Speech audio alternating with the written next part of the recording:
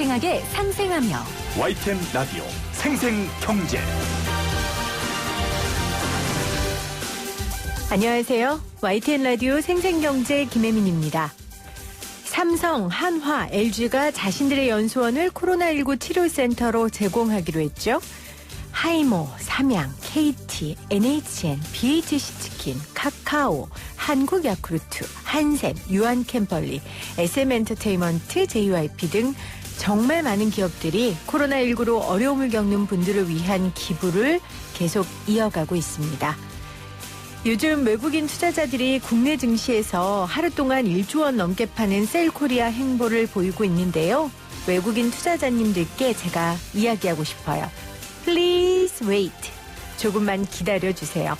기업들의 상생의 날개짓이 분명 다시 한국 경제를 생생하게 만들어줄 순풍이 돼줄 거거든요. 지금 팔고 후회하지 마시고 한국 기업을 믿고 좀 기다려주시기를 부탁드립니다. 코로나는 코리아를 이길 수 없습니다.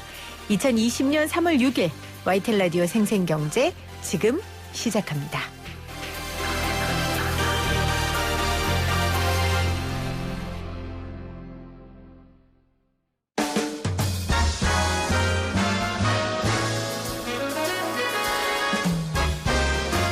토론 아니고 수다.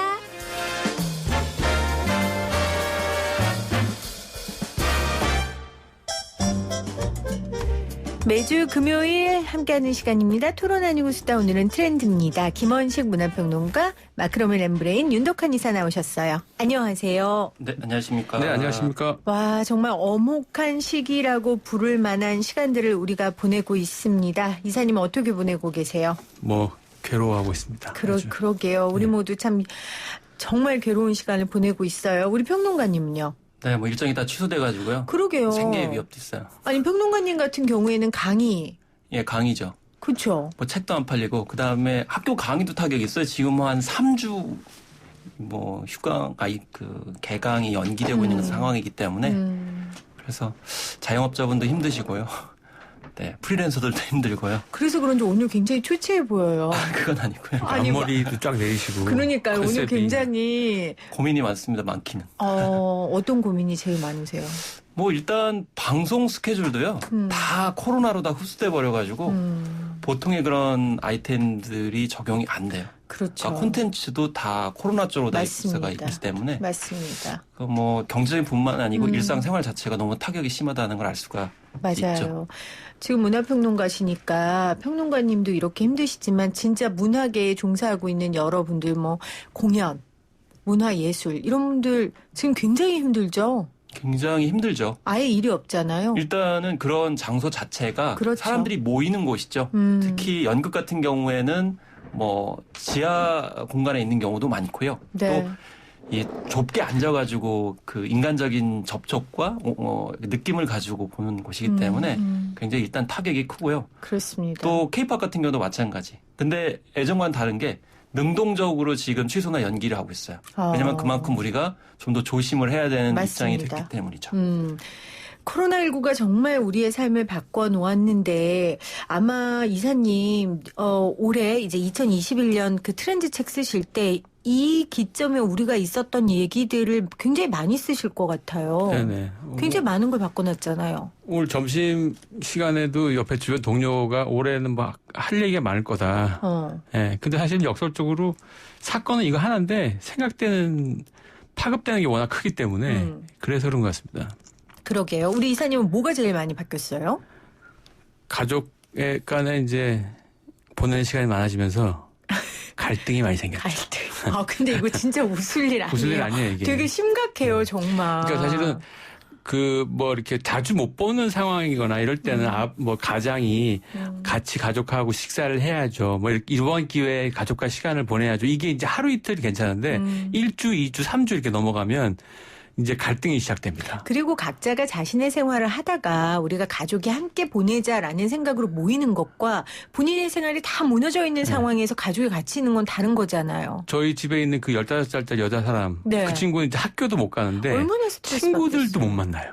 아하. 자주 가는 데가 이제 그 코노 이런 데 가거나 아니면 이제 PC방 같은 데 가거나 이렇게 해야 되는데 다 다 가지 못하는 대로 그것도 이제 이번에 못 가게 됐잖아요. 네, 때문에 집에만 있어요, 노래방. 네, 맞아요. 지금 노래방, 그다음에 홍대클럽. 네. 이번 주에 이 불금 생각하시는 분은 홍대클럽도 일주일간 좀 자중하자라는, 좀 자율적으로 그 영업을 하지 말자라는 그런 지침이 좀 내려왔다고 하더라고요. 그래서 이제 홍도클럽 같은 경우에도 이것도 이제 논쟁 중이에요. 왜냐하면 대부분은 다 문을 닫았는데 마치 그곳이 뭐 아랑곳하지 않고 활성화돼 있는 것처럼 보여지는 건 좀 적절하지 네. 않다라는 또 반론도 있기도 하거든요. 근데 일단 홍대클럽과 같은 곳, 특히 또 지하 공간에 있는 곳이기 때문에 이곳은 또 비말이 확산될 수가 있어서 그럼요. 위험하죠. 위험합니다.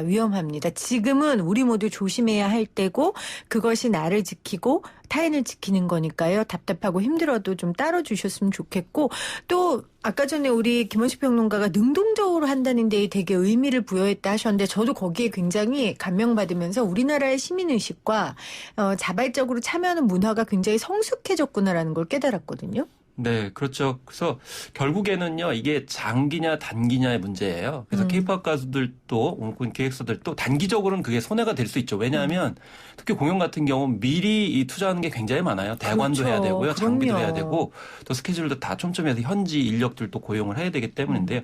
그럼에도 불구하고 그걸 선 조치를 하지 않게 되면, 만약에 그 공연에 참여했던 그렇죠. 팬들이 감염이 되게 되면 브랜드 효과 자체가 타격을 받기 때문에 단기적으로 저희들이 이제 손해를 본다 하더라도 장기 관점에서 봤을 때는 브랜드 가치를 높여야 되기 때문에 그런 차원에서 좀 감내해야 된다라고 하면서 지금 버티고 있어요. 그러면서 피눈물은 나죠. 그러니까 개인과 단체들은 감내하면서 행을 하되 그 틈을 정부가 채워줘야 됩니다. 그 부족한 부분들, 정말 가난한 문화예술가들, 우리 평론가님 같은 분들. 이사님은 괜찮으시죠? 저도 강의는 다 취소되거나 네. 굉장히 연기되고 있는데 저는 사실 전업으로 강의를 하는 게 아니기 때문에 그렇죠. 걱정이 돼요, 오히려. 그럼요. 전업을 오히려. 하시는 분들이 많이 그렇죠. 걱정이 되고 맞아요. 좀 심각한 상황이더라고요. 그래요. 학생들도 또 거기에 관련돼 가지고 타격이 있을 수 있죠. 왜냐하면 3주간 한 달 동안 교육이나 강의를 접하지 못하게 되면 이 등록금 냈는데 교육세를 못 받는 것에 대해서 어떻게 할 것이냐 라는 또 문제가 있을 수 있기 때문에 맞아요. 이런 점들도 실제적인 어떤 측면에서도 접근할 필요성이 맞아요. 있죠. 오늘 신문 보니까 저는 이제 유치원 학부모니까 유치원비를 환불받을 수 없다는 거예요. 그러니까 네. 그런 부분들부터 시작해서 뭐 웨딩 결혼 취소했는데 결혼식 뭐 식장 취소료라든지 여행 취소료라든지 아주 이런 실질적인 문제들이 생기는 거거든요. 그래서 영화 얘기를 좀 더 하면 지금 연기한, 그러니까 개봉을 연기한 작품이 한 50여 작품 된다고 그래요. 근데 이게 연기하면은 뭐 특정 시점만 피하게 되면 문제가 안 되는 거 아니냐라고 할 수 있지만, 잘못하면 이 영화들이 한꺼번에 쏟아져 나올 수가 있거든요. 그러면 일단 개봉의 기회를 못 받는 작품들이 더 나올 수 있고요. 그렇겠네요. 개봉을 한다 하더라도 한 대 몰리니까 결국 레드오신이 되는 거죠. 그리고 연기가 될수록 체불 임금이 발생할 가능성이 높아요. 정산 문제가 발생할 수도 있고, 이제 그런 문제들이 실질적으로 좀 따져봐야 되는 그런 현안이죠. 자, 지금 문화, 예술, 뭐 프리랜서 이런 부분에 대한 이야기를 좀 해봤는데, 또 우리 윤덕한 이사님하고 저는 직장인이니까 직장인들은 요즘 대기업을 중심으로 화상회의나 재택근무를 많이 권장하고 있어요. 저는 사실 화상회의, 재택근무는 뉴요커들이나 하는 줄 알았거든요. 네네. 근데 저야 이제 방송을 해야 되는 사람이니 재택근무가 안 되니까, 그래서 저는 이제 출근을 하는데, 이사님네 회사는 어떻습니까? 사실 재택근무가 안 되는 업종도 꽤 있어서, 그러니까 없던 업종에 따라서 재택근무가 가능하냐, 이것도 더 따져봐야 되는데, 아주 거칠게 크게 이제 실무하고 관리 분야로 나누면, 지금 SK나 현대차, LG 등 중심으로 해가지고 재택근무를 하고 있고, 이게 다 연장된다고 하더라고요. 맞아요. 지금 그런 분위기인데, 업무 내용으로 보면은 재택근무의 약간 명암이 갈리는 것 같아요. 사실 보면은 아주 러프하게 나눠가지고 실무를 하는 단하고 관리를 하는 단으로 나눠보면, 실무를 하는 단은 저희 같은 리서치 회사는 이제 정해져 있습니다. 뭐 기획서를 쓰거나 제안서를 쓰거나 설문지 짜고 보고서 쓰고 뭐 이런 건데, 그런 건 가능하잖아요. 그런 거는 기한도 있고 자기가 정해진 일이 딱딱 떨어져요. 그러니까 대리급이나 과장급들 분들은 실무적으로 그 일정을 그냥 혼자 하든 회사에 나와도 똑같이 하면 되니까 시간 관리를 잘하고 하면 되는데, 문제는 관리자들이에요. 관리자들은 얼굴 보고 면담하거나 회의하거나 하는 일이 대부분이 그런 그렇죠. 것들인데, 실제로 안 보니까 일이 어떻게 돌아가는지 파악을 못 하는 거죠. 그래서 불안감이 더 큽니다. 관리자분들이. 아, 그렇죠. 네, 그런 관리자분들. 분들이 있고 이 재택근무가 앞으로 조금 더 장기화될 가능성도 있는데 이렇게 되면 어떻게 되냐? 일의 내용이 굉장히 드라이하게 바뀔 수 있어요. 조금 더 자세히 좀 설명해 자세하게 주세요. 설명드리면은 재택근무에서 진짜 일을 했냐 안 했냐를 평가받으려면 이게 아웃풋이 있어야 됩니다. 그렇죠. 성과 중심으로 나와야 되기 때문에 사실 일을 관계 중심으로 해왔던 분들은 굉장히 큰 타격이 있어요. 이게 이제 어떤 식의 난이도는 일이 뭐 예를 들어서 1, 2주나 한두 달 단위로 나오는 게 아니라 아웃풋이 그렇죠. 연간으로 나오게 되는 경우에는 얼마나 그 하는 과정에 하는 태도를 보여주는 게 일일 수도 있거든요. 그러니까 회사에 나와서 고민하는 네, 모습도 네. 보여주고 같이 논의도 하고 수다지만 그 그렇죠. 안에서 아이디어도 얻고 그랬는데 이제 재택근무가 돼버리면 되면 내놔. 계속 성과 내놔. 그러니까 중간중간에 계속 점검 차원에서 그 아웃풋을 보여줘야 되니까 생각보다 이게 굉장히 많은 일의 형태나 내용적인 측면을 바꿀 수도 있다고 보여집니다. 네. 비슷한 예가 지금 저는 이제 기자분들한테 전화가 많이 오거든요. 그렇죠. 뭐 사안에 대해서 이제 인터뷰를 하는 경우가 있는데, 아기 울음소리가 있는 상태에서 전화하시는 기자분들이 꽤 있어요. 그렇죠. 재택근무를 하시는 거거든요. 그런데 그 질문하는 내용들이 굉장히 말씀하신 것처럼 드라이해요. 그리고 처음에는 별 상관이 없어요. 근데 이게 한 번, 두 번, 세 번 가면서 결국에는 그 내용이 퀄리티가 좀 그럼요. 떨어질 수밖에 없더라고요. 그래서 결국에는 관계의 어떤 내밀함 이것이 정말 생산성에 굉장히 중요한 점이라는 거를 느끼고 있죠.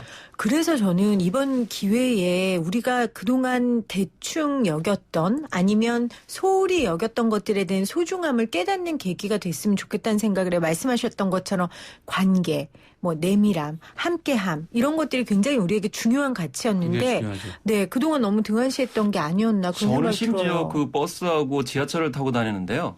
버스도 그렇고 지하철도 그렇고 절반 이상이 비어 있어요. 사실 자리가 없는 그 시간대에. 타이밍인데 맞아요. 그래서 처음에는 굉장히 좋았어요. 그런데 굉장히 쓸쓸해지더라고요. 스산하지 않아요? 네, 스산하고요. 저는 무섭더라고요. 그 무섭고요. 모습이. 그다음에 어제도 식당에 갔는데 거기가 굉장히 맛집이에요. 근데 약속이 이제 피치 못해서 이제 책을 전해주기 위해서 만났는데 거기가 그 블로그에는 어떻게 돼 있냐면 너무나 많은 분들이 오기 때문에 3일 전에 예약을 해야 된다. 그래서 그 예약을 담당하시려고 했던 분이 걱정을 하는 거예요. 미처 예약을 못 했다는 거예요. 그래서 실제로 가보니까요. 손님이 없어요. 저희밖에. 그러니까 처음에는 기분이 좋았는데 굉장히 말씀하신 것처럼 스산하고요. 무서워요. 쓸쓸하고요. 영화에 기분이 하자는 안 나는 것 거예요. 같아요. 맞아요. 왜냐하면 사람이 어느 정도 있어야 이게 기분이 있어가지고 더 좋아지는데 그게 그걸 그건 되게 찾아가지고 아쉬웠어요. 사람들이 몰리는 데는 일부러 안 갑니다. 더. 그렇겠죠. 지금. 그렇겠죠. 오히려 맛집 같은 거 더 안 찾아가겠죠. 정말 이 사회적 거리두기라는 말을 이번에 저도 알게 됐어요. 근데 이제 저는 이 단어를 좀 못마땅하게 생각하는데 네. 이 사회적 거리다. 그거는 이제 어떤 거리감이 느껴지는 거잖아요. 근데 지금 많은 분들이 따뜻한 온정이나 이런 것을 뭐 대구 경북에 답질하고 있고 기부도 많이 하고 있단 말이에요. 그렇기 때문에 저는 사회적 거리두기보다는 그래도 느슨한 거리두기? 뭐 느슨한 연대? 뭐 이런 식으로 하면 안 될까? 좀 사회적 거리두기는 너무 드라이한 것 같아요. 아까 말씀하신 것처럼. 그러니까 어떻게 생각하세요? 그러니까 이 사회적 거리두기에 대해서 어딘가에서 서울신가요? 그러니까 이렇게 썼어요. 2주간의 잠시 멈춤. 실천 수칙. 하나, 외출 자제, 모임 연기 등 타인과 만남 자제. 둘, 온라인은 소통하고 지인과 온라인으로 소통하고 몸은 멀리, 마음은 가까이. 셋, 마스크 착용, 손 씻기 등 개인 위생 수칙 준수. 저는 이거 보면서 사회적 거리두기보다 잠시 멈춤. 쉼. 잠시 멈춤, 쉼. 그리고 관계에서도 때로는 쉼이 필요하니까요. 네네. 좀 복작복작 거리던 게 잠시 조용해지면서 나를 좀 돌아보고 아까 말씀드렸던 것처럼 놓쳤던 가치들을 생각하고 이럴 수 있는 시간을 좀 둔다는 표현 없을까요? 사회적 거리두기보다. 그게 이제 사회적 거리두기 자체가 굉장히 드라이하게 나온 일종의 정책 비슷한 그러니까 시민들 사이에서 나왔던 거기 때문에 개념이 네. 그래서 약간 드라이하게 들릴 것 같은데 이게 원래 역사적 기원이 있습니다. 사실은 기원이 있어요? 네, 1918년도 그 세계적으로 유행했던 스페인 독감 이게 아마 역사적으로 가장 최악의 재앙으로 이제 기록된 걸로 알고 있는데 사망자만 전 세계적으로 뭐 한 2,500만 명이 넘다니까. 그러니까 추산하기로는 2,500만에서 한 5천만 이렇게 했다고 하는데 그때 미국 사회에서 잠시라도 이게 좀 떨어져 있자. 이게 기본적으로 바이러스라는 게 숙주가 있어야 생명력을 유지하기 때문에 전염이라는 게 그 생명력을 찾아 나가는 과정이잖아요. 네. 그러니까 이거를 대규모로 집단적으로 일시적으로 쉬면 바이러스가 생존할 가능성을 이제 줄이는 거죠. 그러니까 그것을 1918년도에 실행했던 예배도 안 하고 이제 사회적 모임이나 이제 단체 같은 데서는 그 모임들 적극적으로 자제하고 이랬던 기억 때문에 이제 하는 건데 그 시간을 의미 있게 보내자는 쪽으로 좀 더 이제 뭐 확대하면 될 것 같고 그 또 확대해서 이제 해석하면 될 것 같고 지금 그 피디님이 얘기하셨던 그게 훨씬 더 중요한 것 같아요. 그러니까 무슨 얘기냐면 지금까지 스마트폰 혁명이다 그래가지고 실제 사람이 없어도 된다. 뭐 사실 이런 식의 아주 과감한 논리도 있었어요. 우리 그런 거와 관련된 트렌드 얘기를 굉장히 많이 했죠, 여기서. 근데 오히려 지금 역으로 지금 사실 새로 국가에서 질문도 보면은 역으로. 온라인 쪽에 이제 뭐 사회적 거리가 주는 산업 효과 뭐 이런 거 있는데 그런 거 없어요. 택배나 온라인 쇼핑은 원래 잘 돼 왔는데 이게 더 잘 되겠죠. 그러니까 뭐 예를 들어서 저희 회사 같은 경우에는 방역을 하는데 이렇게 정기적으로 방역 업체 섭외가 힘들어요. 그쪽이 놓았습니다, 아주. 근데 이렇게까지 약간 가볍게 얘기할 수 없을 정도 되게 진중한 상태잖아요. 근데 몇 개 업종을 잘 될 거라고 지적할 수 없을 정도로 전방위적으로 산업이 안 좋아요. 이거는 결국은 사람이 직접 모여야 기본적인 산업적 토대가 살아있다라는 것을 보여주는 반증이라는 거죠. 그러니까 온라인 쇼핑이 이번 기회에 더 활성화된다고 하지만 이것도 결국 택배 기사님이 가져다 줘야 되고 사람이 필요한 건데 사람이 모일 수 없고 이 대면을 할 수 없으니 의미가 없다. 그런 말씀이세요? 그러니까 결국엔 이런 거 있지 않습니까? 이제 밀레니얼을 앞두고 그런 논의들이 굉장히 많았어요. 그러니까 사이버 공간이 실제 물리적 공간을 대체할 것이다. 이렇게까지 급진적으로 많이 얘기를 했었거든요. 네. 결국엔 이번 사태를 통해서 알 수 있는 것은 물리적 공간의 보조수단이 디지털이지 디지털 공간 자체가 완전히 대체할 수는 없다라는 거예요. 그렇기 때문에 이 시간에 저희가 좀 그런 쓴소리들을 많이 하는데 디지털 서비스에 대한 너무 과잉된 트렌드화 그런 분석들이 얼마나 허구적일 수 있는가를 이번에 좀 많이 보여줬다고 생각을 해요. 그래서 역으로 한 두세 달 정도 지나서 이 사태가 조금은 진정 국면에 들어가면 지금 사람들이 사회적 욕구가 굉장히 억압되고 결핍돼 있거든요. 만나야 되는데 못 만나는 사람들 엄청 많잖아요. 이게 순간적으로 폭발할 거예요, 아마. 네. 비슷한 현상들이 맞아요. 전염병이 대유행했던 그 직후에 다 공통적으로 발생했습니다. 네. 만약 그래서 투자할 사람들은 이런 패턴들을 잘 읽어야 돼요. 맞아. 이 결핍되고 억압된 사회적 욕구들이 폭발하는 순간이 나올 거예요. 네. 그래서 제가 구매력하고 문화적인 그 욕구하고 제가 말씀드릴게요. 그러니까 연구 결과들이 그런 게 많아요. 불황이 있고 그런 상황에서 소비를 못하게 되면 그 구매력이 축적이 되는 거죠. 그러다가 어느 순간 그게 폭발하게 돼 있어요. 지금 뭐 경제적으로 말씀드리면 돈을 지금 최대한 안 쓰고 계신 거거든요. 그리고 거기에다가 문화적 욕구가 지금 억압되고 있는 거죠. 그러면 이제 오히려 지금 상황이 아니고 이게 잦아들었을 경우에 구매력이 어느 포인트에서 어느 지점으로 튀어나올 것인가를 지금 보셔야 되는 거예요. 그러면 오히려 디지털을 기반으로 한 그쪽이 아니고 인간적인 결핍감과 문화적 결핍감이 있는 곳에서 이제 터지게 돼 있는 거죠. 근데 다만 그걸 리스크를 어느 정도 해칭을 하는 상황에서 조치를 매니지먼트를 할 것인가. 그게 이제 좀 덧붙여져야 되겠죠. 굉장히 중요한 포인트를 말씀해 주셨습니다. 두 분이 지금까지 우리가 뭐 디지털 산업 관련된 온라인 산업에 대한 이야기를 했지만 오히려 이번 기회에 그 반대되는 정말 사람 냄새 나고 사람이 함께할 수 있는 산업이 어느 순간 폭발할 것이다. 물론 그게 이제 계속 지는 이런 거죠. 않겠지만 정반합이겠죠. 예전에는 너무 우리가 거리라는 걸 생각을 하지 않고 너무 밀착돼 있었어요. 그렇기 때문에 우리가 뭐 1인 가족이라든지 싱글 이코노미 이런 것들을 얘기를 했었던 거거든요. 네. 그러다 그게 너무 약간 급진적으로 갔었죠. 그러다가 약간 느슨한 어떤 관계 이제 거리 이런 것을 고민을 이제 서비스를 통해 가지고 아마 하게 할 수밖에 없는 거죠. 네. 지금 3972님이 집은 팔렸는데 이사 갈 집을 보러 갈 수가 없대요. 그러니까 부동산이 지금 추워졌잖아요. 그렇네요. 근데 우리 요즘 집도 그냥 앱이나 인터넷으로 그냥 보고 물론 이제 그런 것들은 원룸 같은 경우지만 지금 직접 보러 갈 수 있는 것들이 안 되니 이 욕구도 지금 눌러 있으니 오히려 집 직접 보러 가고 이런 욕구가 이렇게 폭발할 수도 있겠네요. 집을 보여주질 쉽게 말하면. 않잖아요. 보여주질 않죠. 낯선 사람 들어오는 게 아무래도 좀 불편하니까요. 네, 그렇습니다. 자, 오늘 토론 아니고 수다 트렌드 관련된 이야기 코로나19가 바꿔놓은 우리 우리의 문화들 그리고 앞으로 어떤 영향을 끼칠 수 있는지 이야기 나누고 있습니다. 윤덕환 이사, 김원식 문화평론가와 함께하고 있어요.